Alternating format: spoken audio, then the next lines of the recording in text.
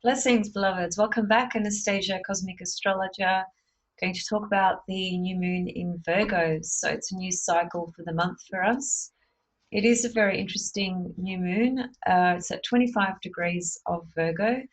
So as always, the first thing is to locate where this new moon lands in your chart, because that's the beginning of a cycle relative to what's going to unfold for you over the next 4 weeks in relation to the archetype of Virgo.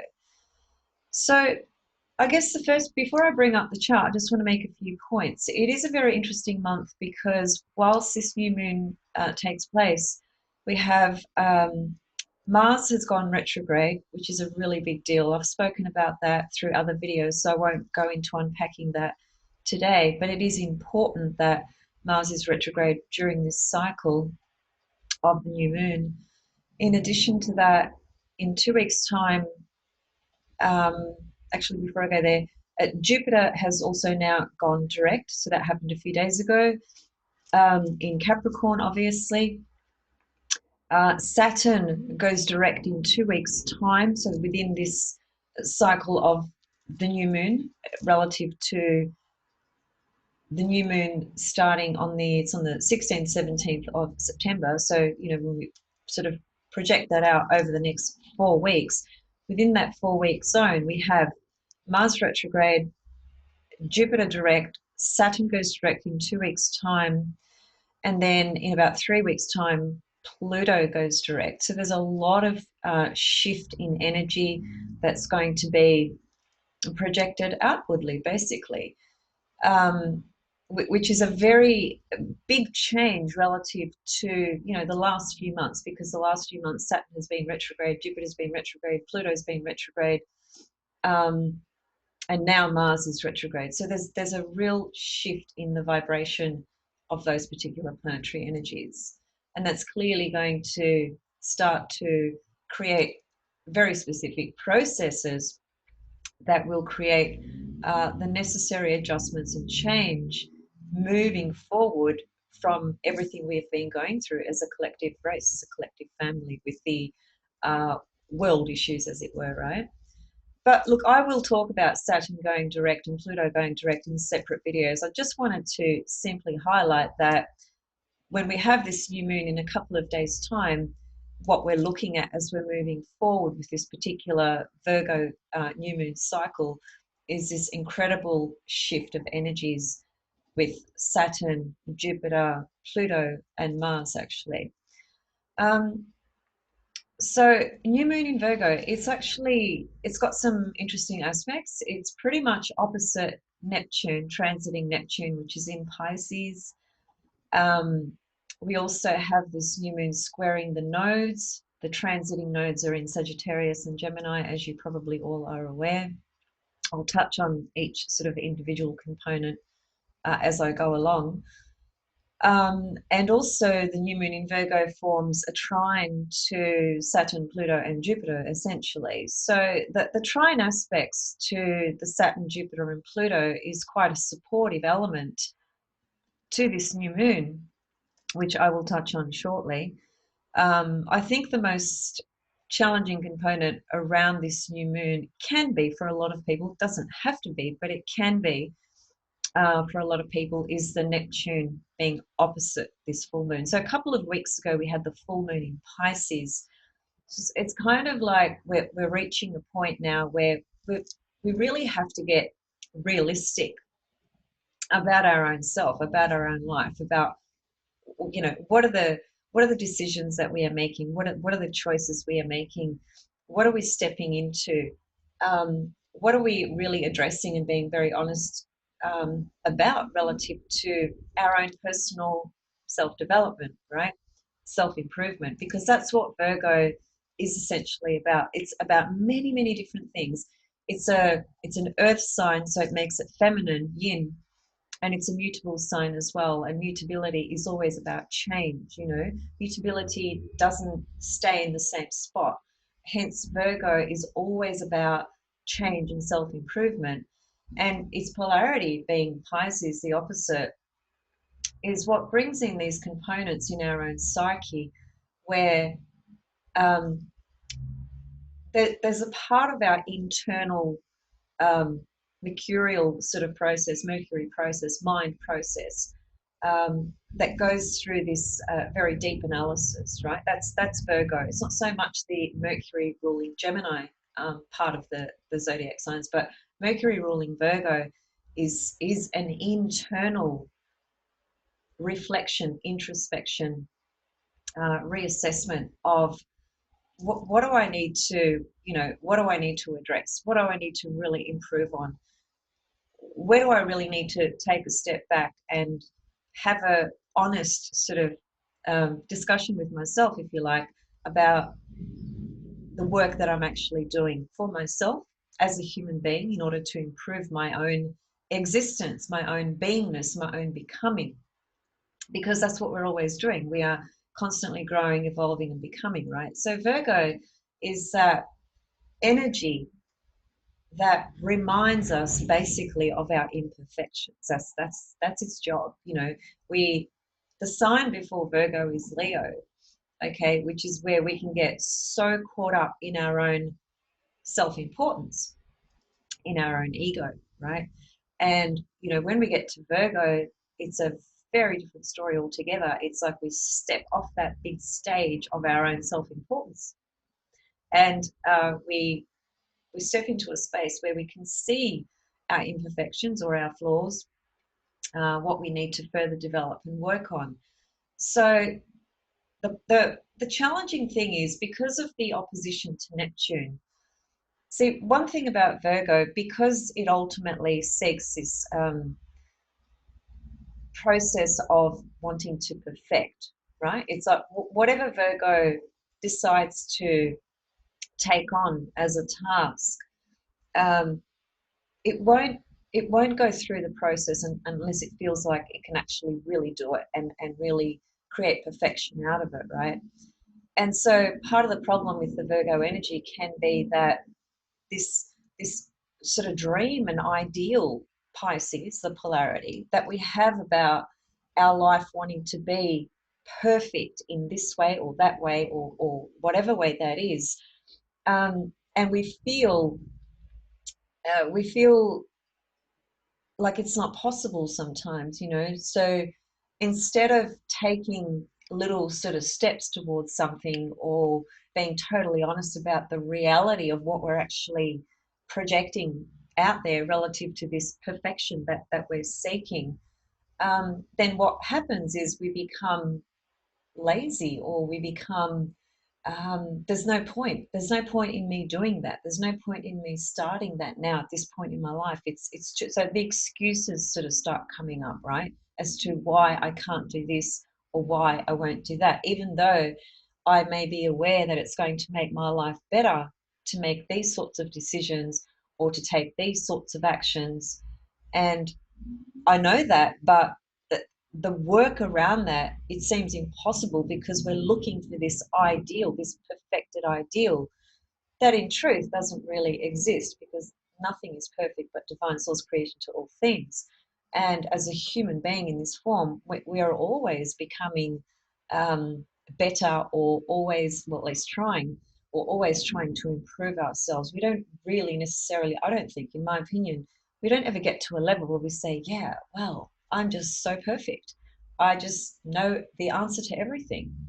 I think if we take that position, we're somewhat delusional, personally, I think, because nobody has the answer to everything and nobody's perfect. Certainly, a lot of us can say that perhaps we have, we've developed a particular craft in our life, and we're very good at something, for instance, but we are always developing that as well. I've been, for instance, working with astrology 25 years. I don't think I'm perfect at it, far from it.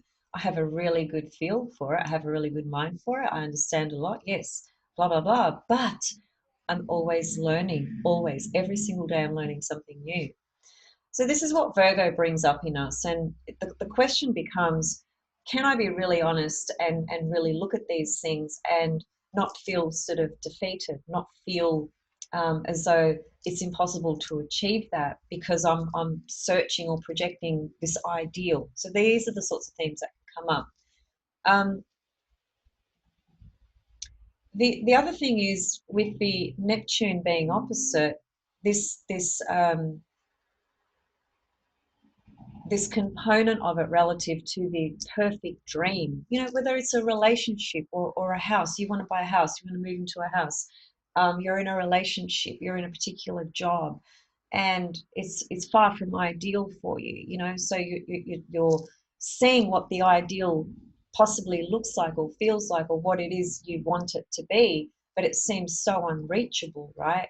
That's the problem, because that becomes a self-defeating process, because we're basically getting in the way of our own evolution by having these limited constructs in our mind, these limited perceptions and thoughts about what we should be doing, what we should be achieving, and the fact that we don't have this or we don't have that, you know.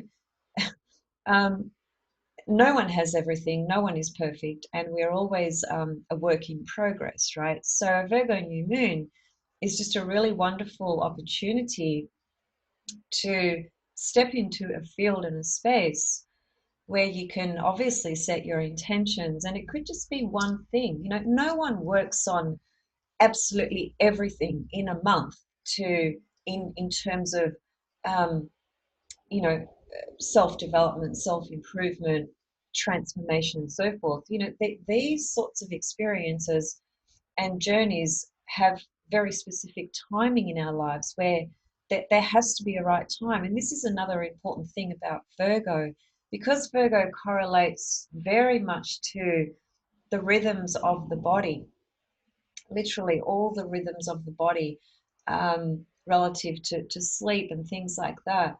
Um, Virgo is very much connected to those rhythms, right? The natural rhythms of life, in other words. So it is important, you know, when we're working with the Virgo energy, to go through a process where we take a step back, right, in order to reflect, in order to have some retrospective processes go on. That's important, right? Because Virgo is yin, right? It's a yin feminine energy. It goes in. The analysis happens within. And then what happens is it gets fed up, as fed into, as it were, through the left brain, Mercury ruled, right? And that's where the ideas, you know, come out relative to the inner evaluation and process and analysis that has gone on in order to help us make certain decisions that we make. So it is important to have the process of stepping back and introspection and reflection, and then the right time, which will be a rhythmic experience and sense, if you like, where you then come out of the inner analysis reflective process, and you start to take the action, right? So I mean, we can sit there and analyze absolutely anything, you know, to the end of time, which there is no end of time. Just I'm just, you know, trying to really highlight this example. And the analysis itself is not going to be enough for you to create the sufficient change that you want to create. So with Virgo, it's always about stepping back, reflecting, analyzing, allowing the ideas to kind of be sort of digested, as it were, because Virgo does actually connect to the digestive system in the physical body, which is why Virgo connects to the process of discrimination in terms of our physical body. Virgo is what discriminates in our body through the large intestines and so forth, what needs to be discarded and what nutrients it will actually maintain and circulate through the rest of the body. So this process happens automatically without us thinking about it, naturally, you know, all the time, non-stop, while we're sleeping, when we are awake, when we're eating, whatever, when we're exercising. These rhythms in the body and the way the body lets you know what's going on. That's the other thing about this Virgo moon. This can be a really powerful month relative to, you know, if you're wanting to work on health, exercise, diet, particular routines that you want to sort of create in your life, this is the time. This is a really good time to do it with this Virgo new moon. We just need to watch, though, that with that opposition to Neptune, that we don't kind of project this impossible, what appears to be at least an impossible dream, which becomes it becomes a self-fulfilling prophecy, because we project this absolute ideal that it probably is impossible to reach, and we kind of do that subconsciously, because then that enables us to have the excuses that we have relative to why I'm not ready to do this, why I can't do this, and why I can't do that. And that's what can happen with Virgo, because the outcome of perfection is not foreseeable, right? And so this is where we need to get really grounded and really practical and really realistic, and just choose one thing at a time and just take one step at a time as well, right? But the Neptune opposite can result in this um, over over idealistic sort of perspective or projection on what we're trying to work towards, let's say, right? Because Virgo, pardon me, is the sign of work. I mean, it connects to work and service, relative to the work and service that we can contribute in our lives, to humanity at large in the bigger picture, certainly just within um, the arena of our own actual um, work that we do, whether we're working for somebody else or ourselves, or whatever the case may be. But, projecting that Neptune in such a way where the dream is impossible, um, there's two ways that can go. It can go to the level that I've already suggested, which is it's so impossible, I'm not even going to bother. And that becomes the excuse making, right? Or it becomes the experience where you chase this complete ideal. And I'm talking about the personality level, okay, of the new moon in Virgo at the moment. I'm going to touch on some of the more esoteric stuff in a second. Um, and so you project this massive dream, ideal, fantasy. And of course, the most typical thing that presents with Neptune when it's projected through the personality in the ego is disappointment, disillusionment. So chasing something that is just going to bring disappointment, that's what can happen as well. So it's really up to us, isn't it? It's really up to every single one of us relative to what we're choosing to work with, for the next month, for instance, with this moon in Virgo. But these are the themes that are being, pulled in and highlighted very strongly. The Virgo Pisces axis and polarity, with Neptune right there and squaring the nodes. So, the square to the nodes, um, this new moon being square to the nodes, we're talking about Sag and Gemini. So we're talking about how, because think about this, right? We're talking about then the four mutable signs: Virgo, Gemini, Sagittarius, and Pisces, that are all getting pulled in. So it's a mutable grand cross, really, okay, that are being pulled into the story of this new moon. Mutability is very powerful from the point of view of experimenting, exploring, and changing, right? Because it's changeability. So it can give us the leg up on that, if you like. It can give us that sort of motivation around that. But the tricky part is where we can get lost in too much information, too many ideas. North Node in Gemini, versus relying on our intuition and trying to bring that into this space a lot more, so that we don't get lost or overwhelmed by the um, just the magnitude of information that's being presented out there in the world at the moment on so many levels. And unfortunately, a lot of it seems to be misguiding or misleading or something to that effect. So this is up to us to really recognize, where am I where am I bringing my intuition into this story, into this picture for myself over the next month? How am I integrating that into myself relative to my own evolution, to my life, to what I'm trying to create? how much am I being overwhelmed by, you know, unlimited sort of data and information that's not really serving to help me sort of structure my mind at all, but it's actually just keeping my mind totally bombarded and overwhelmed and just sort of lost, as it were, right? So it's that process of, yes, seeking the information that you need, but being discriminative, Virgo, new moon in Virgo, discriminating what information is actually useful for you, and you know, therefore what you can use stepping forward, and then bringing in the intuition, Sagittarius, in order to give you a much deeper understanding of the information that you're drawing in. So you're drawing the information, Gemini. Virgo helps you sort it out and discriminate it. And Sag adds in the intuitive faculty in order to get the bigger picture understanding. And then when we go to Pisces, where Neptune is, well, that leads us to the ultimate truth, the ultimate truth. So there's a big story, big picture around this new moon in Virgo relative to these mutable signs, right? And that's the flow of it, basically. So just some ideas to think about.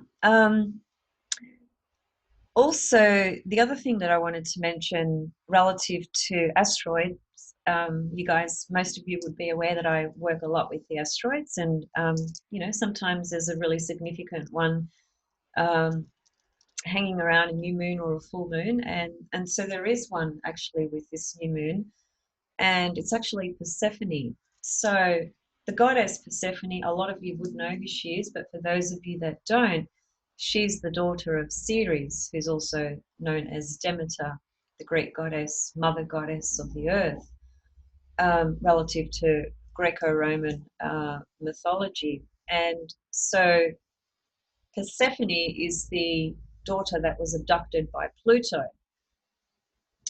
It's a big story. It's a long story. A lot of you are aware of it. I don't want to unpack the mythology because this video will just go for a lot longer than it needs to.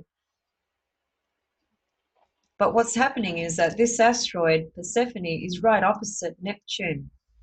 Pardon me, right opposite the new moon and conjunct Neptune, because Persephone at the moment is 25 degrees of Pisces and going retrograde. So I just thought that that was an interesting detail, I suppose, to the story, the narrative of what this new moon in Virgo can bring up for us. And despite her mythology and her story, which revolves around being abducted and the loss and suffering and grief and mourning that the mother Ceres went through, which all essentially on the external physical level, this story of Ceres and Persephone and Pluto basically correlates to the seasons that we have on the earth, you know, relative to winter, summer, spring, autumn, etc. And on an esoteric level, the symbolism to that is the well, it's a couple of things. It's the loss and grief that the mother Ceres endured as a result of losing her mother, and at a much higher level than that, it's the process of birth, death, renewal, basically. That is that in life, no matter how much we want to hold on to something, everything changes its form at some point.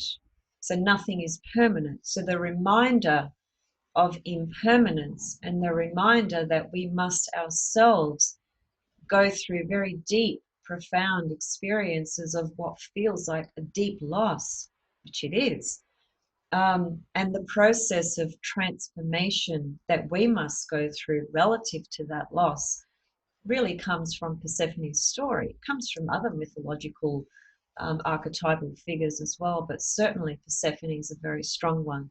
So, in other words, the fact that she's opposite this new moon, I think there can be a very important reminder with this new moon cycle over the next month of the experience of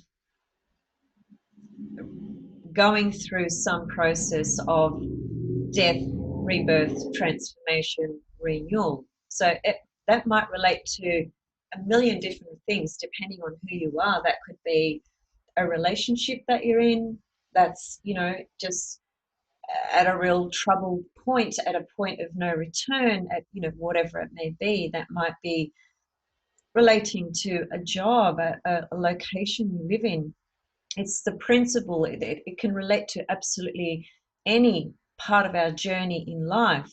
When the journey speaks to having to have to die to something, or let something die, end, complete, finish, in order for us to find a sense of rebirth and renewal within our own self and within our own journey relative to our own path.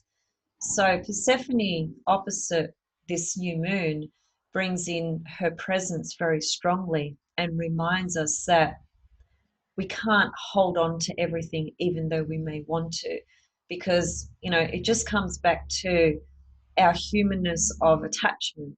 We just, by our very nature, we become attached to many different things. And as much as it hurts,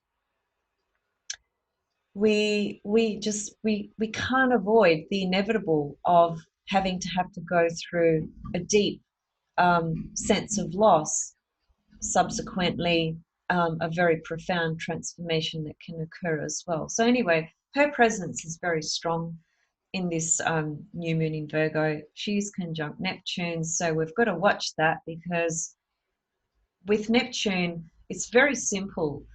If we are able to somehow allow the Neptune energy to be integrated into our consciousness, then we are sort of connecting to opening ourselves up to spirit, right? To truth.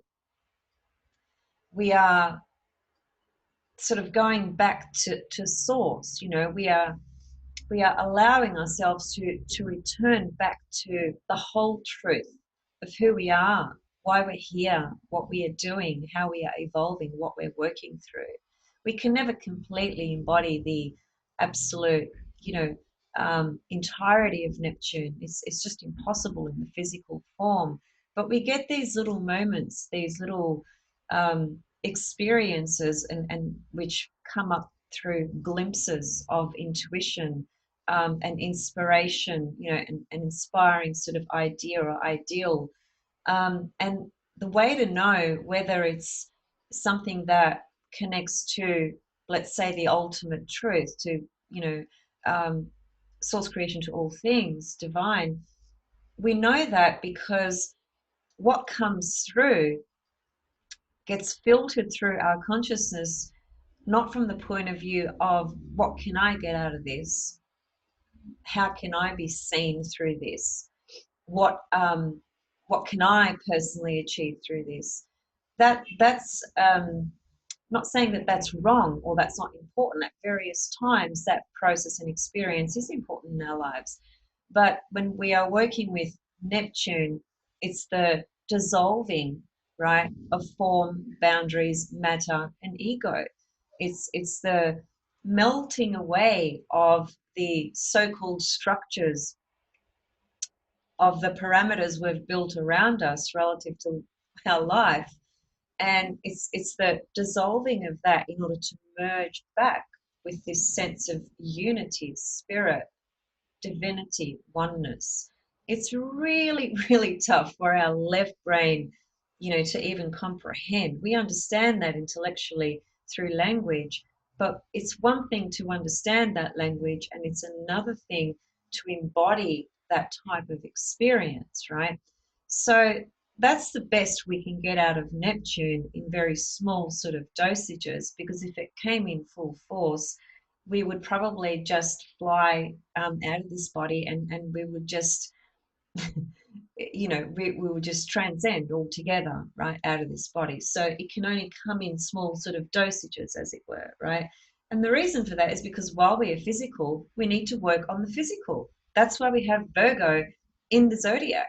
Virgo is that reminder of the work that we are here to do on ourselves, on the planet, for humanity. It's our dharma, right? the Dharma that we do. That's sixth house, Dharma. It's the work that we do, not just for our personal gratification, not at all. It's got to reach out far beyond our own personal needs, selfish needs, personal self gratification, right? It's got to serve humanity. It's got to serve a bigger cause. It's opposite, Pisces. So that's just another important thing to keep in mind with the Virgo new moon. Now, um, there was one other point I was trying to bring in there. It's just escaped my mind. So when I bring up the chart, you won't see Persephone because it's not. I don't think Solar Fire has a symbol for Persephone, but you can just imagine um, that Persephone is conjunct Neptune, right? So I'm just bringing up the charts. I'm just sharing my screen with you guys. Okay, so there's the new moon at 25 degrees of Virgo. And you can see it's forming a square to the nodes, okay? South node in Sag, North node in Gemini, and it's opposite Neptune, okay? So that's the grand mutable cross, basically. And transiting Persephone is at about 25 degrees of Neptune, so she's conjunct 25 degrees of Pisces, rather, conjunct Neptune, and she's exactly opposite the new moon. So I guess, if we think about Virgo as the archetype of the things that I've said relative to our own desires around wanting to improve ourselves, right? Improve the quality of our life, improve the quality of our daily rhythms, how we eat, how we sleep. If we want to, you know, do some community work or, offer ourselves in some kind of service in some kind of way, right? I just lost my train of thought there because I just noticed something outside my window. Yeah, I think I was just going to point to the Virgo energy with the Neptune being opposite the new moon. We're talking about spirit and matter. Matter being the Virgo and spirit being the Pisces, Neptune, right? So when we are working with the polarity of Virgo and Pisces, I don't know, briefly touched on this before when I said that the struggle can be that we feel that the dreams and ideals that we have, Pisces, they're just so impossible to reach, and so we reach a point within ourselves where we just come up with numerous excuses as to why we're not ready to do this or to change this or to start this or that. So the important thing to remember when we're looking at Pisces and Virgo is that because Virgo is seeking this perfection, which is Pisces, right? It can never be found in the way that it's being projected to this ideal, right? So with every polarity, it's always about balancing both polarities, right? So we need to balance the earth, the sacred sort of earth energy, if you like, in Virgo with Pisces, right, being the ultimate truth, source creation to all things, and remembering that the divine source creation to all things is not some thing that's out there. It's not. We're not going to get to it out there in the sky somewhere. The divine spirit, source creation to all things, lives in the here and now, every day, in everything. So with Virgo Pisces, it's about remembering that spirit is in the everyday here and now. Because what can happen in people's perceptions and ideas is that in order for me to experience spirituality or to have a spiritual existence or life, I've got to become a monk, or I've got to go and live off the grid, or I've got to, you know, go and live in a temple or a mosque or wherever it may be. And for some people, that's their journey, and that's okay. My point is that divine spirit is right here, right now. Wherever you stand, that's where it is. It can be in the center of New York, in the hustle and bustle of the craziness and the madness, and spirit is right there as well. It's not, you know, this the part of our brain that has this linear, you know, perception of things relative to time and so forth, and the part of our brain that projects things as though they are out there somewhere, is what can lead us to feeling or believing that what we're trying to reach is just impossible. It doesn't exist. But this is where Virgo reminds us of how we can become really grounded in the right here, right now, and work with spirit in the material. That's what this energy is really about. So, yeah, just a few more things to think about there. Um, Now, one other thing as well, relative to this new moon from an esoteric level, I suppose, and then I'll leave it here. Uh, Virgo esoterically is ruled by the moon. The sign Virgo is ruled by the moon. In esoteric astrology, there is different rulership ascribed to the signs, not with all the signs, but with most of them. And so the sign Virgo is ruled by the moon. And one interesting thing that I've seen through the years is that people who have moon in Virgo in their natal charts seem to have this incredibly powerful intuition. Some even have, you know, clairvoyant, clairaudient type of skills and abilities. I've seen that a lot, even with people who are not aware that they have that. It's a very interesting place for the moon. Um, it certainly has a strong affinity to divinity, you know, to perfection, to purity. And that's the other thing I forgot to mention with this new moon in Virgo, because Virgo is the house where we go to purify ourselves, right? And this purification process can bring in what is frequently experienced with the sign Virgo, which is guilt, right? But there's two different levels of guilt. There's man-made guilt, and there's natural guilt, and they're very, very different, right? But um, getting back to the moon esoterically ruling Virgo, um, the moon in esoteric astrology is one of the planetary bodies that connects to ray number 4. Ray number 4 is the ray of the artist, for one thing, but it's the ray of harmony through conflict. So here we have the moon in Virgo. The moon connects to ray number 4. So to me, I feel that the message that comes through with this new moon relative to the esoteric levels is that we might be in a situation, you know, at the moment in our lives that is causing tremendous conflict in our life, whether that's inwardly or whether that's externally. It doesn't matter. It could be either or both, right?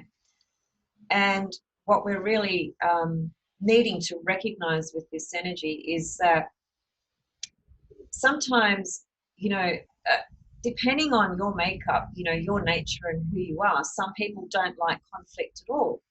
The Librans of the world, for instance, they certainly don't like conflict.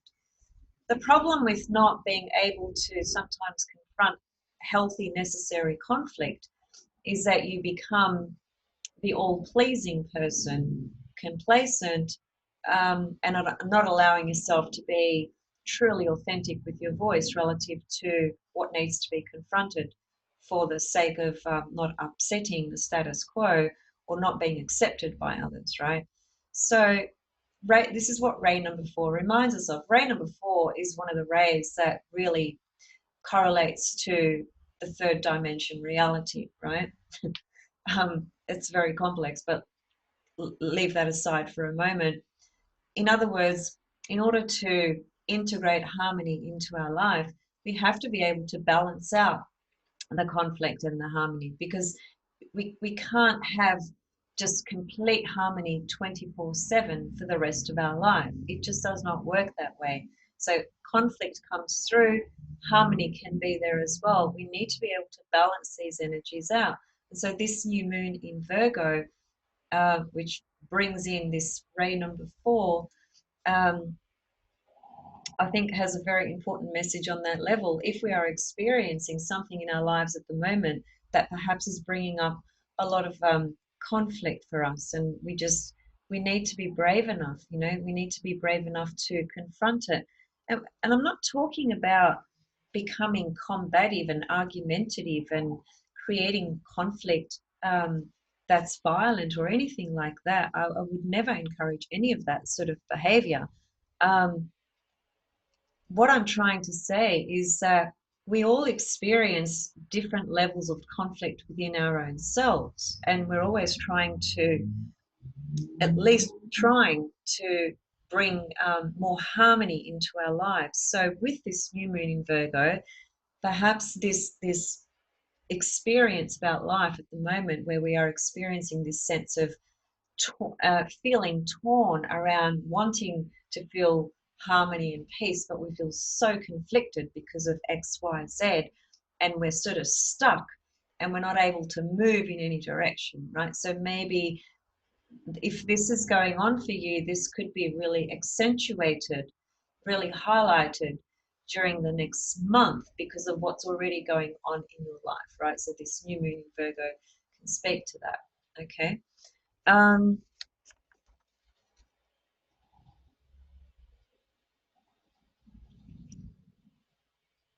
And also, when it comes to the moon in esoteric astrology being the ruler of the sign of Virgo, that brings in, this might sound a bit confusing, but hopefully you can follow me. Um, the moon in Virgo is about divine love service. So for that reason, that's what the moon in Virgo esoterically is trying to express and give and create, right?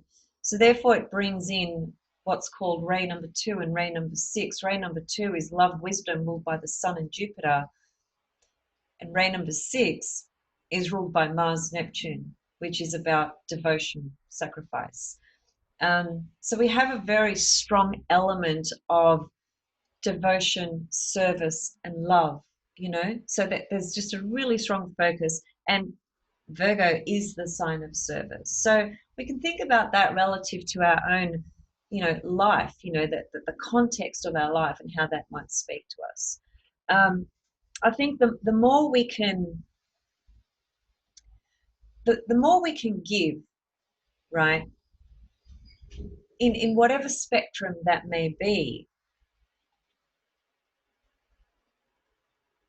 the more we actually have an open heart, that the more we can receive as well, which is Venus. This is all about Venus, right?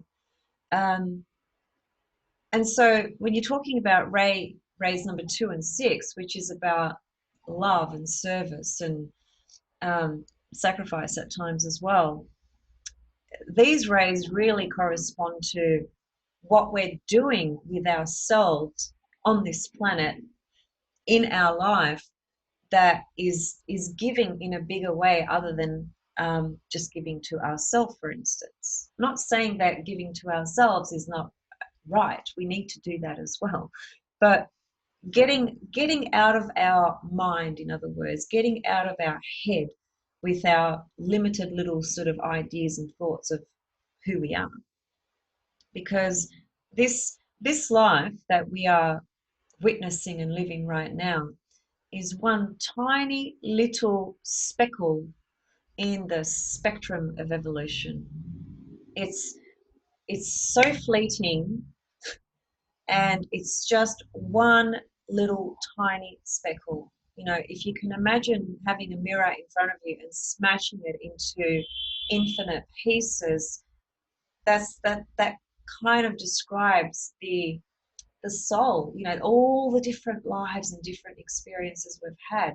And you just pick up one little speckle out of that, you know, billions of pieces, let's say, and that's your life right now. You know, we've got to get out of this idea that, you know, this is it, that I have to do it all now, or there'll never be another chance, or my life is so important because I'm so important. No, there's so much more to who you are today, so much more to who you are and who you are becoming and who you were. And it's all integrated. It's not separate. The only reason we see separation is because of the linear mind, left mind, right? We have this sense of time, you know, our biological clock, etc., which is Saturn, Chronos. But in truth, we are infinite beings. And this is just one, it's like a dream. This life, or any life for that matter, it's literally like just one part of this infinite dream. This is so Neptune, everything I'm saying right now. But I feel that because I guess I've got Venus in Pisces, so that to me that's a fairly natural reality and understanding in my consciousness, you know. So these are important themes because they do come into this pattern that we see here in this chart. You know, new moon in Virgo, Neptune opposite it. Virgo is, as I said, you know, how can I bring spirit, Neptune, Pisces, into the right here, right now? You don't have to, because it is here right now. It's about being able to see that and sense it and intuit it, and how you can work with that, right? So they're my considerations for this new moon in Virgo. Is there anything I left out? Oh yes, just I sort of mentioned this at the beginning. There's this trine to the new moon, an exact trine from Saturn actually, which is at 25 degrees of Capricorn, right? Pluto is not too far behind it at 22, and Jupiter is at 17. So Jupiter is the one that's the furthest away, but that's still there within range. It's still forming a trine. So, you know, this, I mean, in amongst everything I've said, we can also take some comfort in knowing that this earth energy by Capricorn, which at a bigger picture level relative to our own evolution has got to do with our own inner authority, right? When we are working with Saturn energy, Capricorn energy, from a position of, let's just say, having more awareness, right? Working more consciously, making more conscious decisions and so forth, not projecting, spilling our stuff all over the place, then Capricorn and Saturn becomes this powerful guidance tool relative to our own inner experience of our own inner authority, which then translates to being able to take full responsibility for the choices we make and the life that we live and choose to live. And so here we have this amazing, beautiful energy by Saturn, Pluto, and Jupiter forming a trine to the new moon, pretty much suggesting that, you know, what you're trying to get realistic about, what you are trying to really ground yourself in, what you're really ready to maybe confront about your own flaw or imperfection or whatever it may be that you want to further develop and improve.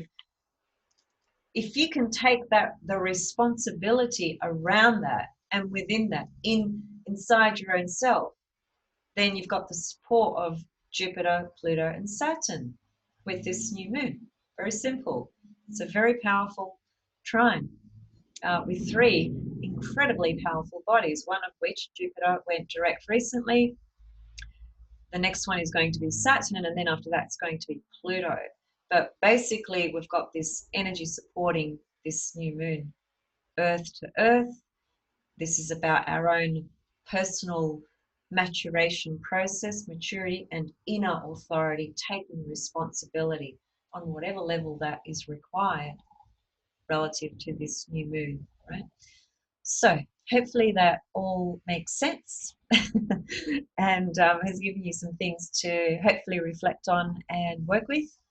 I'll see you guys really soon with some new material. Thank you so much for your interest in the suggestion I made around doing an introduction video on derived houses. I'm still thinking about that because as I've looked into it further, I'm not sure that I'd be able to really give it the attention and justice it needs in just one video. And I'm concerned that what I do say won't. But then on the other hand, what I've thought about that as well is that, well, it is an introduction and we'll be making that clear.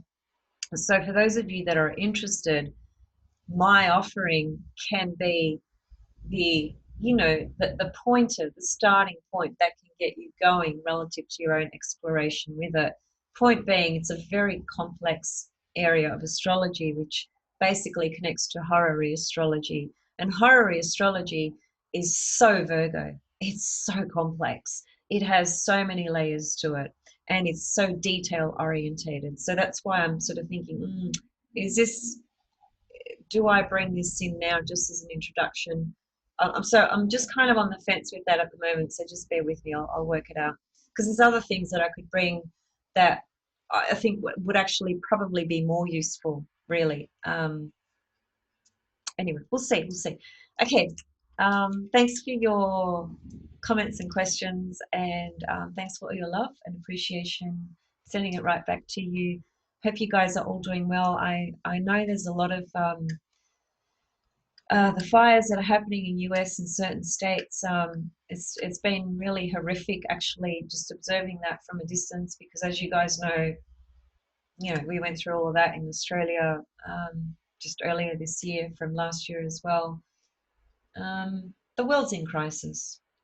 There's no two ways about it, and we can only do the very best we can do given who we are, where we are, and our resources and things of that nature.